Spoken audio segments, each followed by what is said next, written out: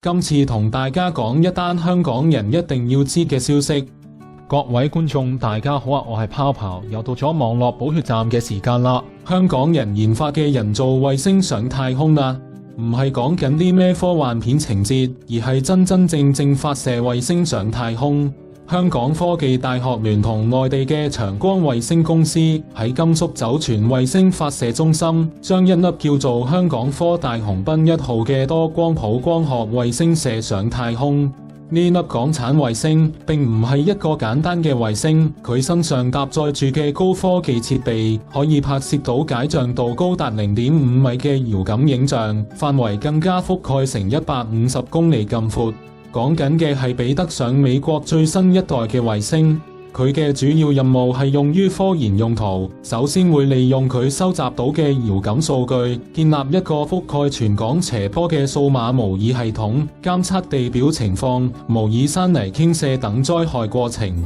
佢仲可以預測社會對災害嘅反應，提升我哋應對緊急情況嘅能力。今次科大發射嘅呢粒衛星，更加令泡泡留意到環境保護同災害預防嘅重要性。皆因衛星其中一個重要任務就係監測環境變化，例如係監測森林砍伐、海洋污染、冰川融化等等。透過衛星拍攝嘅高清影像，我哋可以更加直觀咁樣睇到地球環境所面臨嘅威脅，從而推動更加多人關注環保議題，身體力行咁樣去保護我哋嘅地球。香港作為一個國際大都會，絕對應該積極咁發展太空科技。始終放眼世界，唔少地方都已經將太空科技視為未來發展嘅重要方向。如果香港能夠喺呢方面急起直追，相信一定可以為香港嘅經濟同埋科研帶來更多嘅機遇。今次科大發射衛星真係令我大開眼界，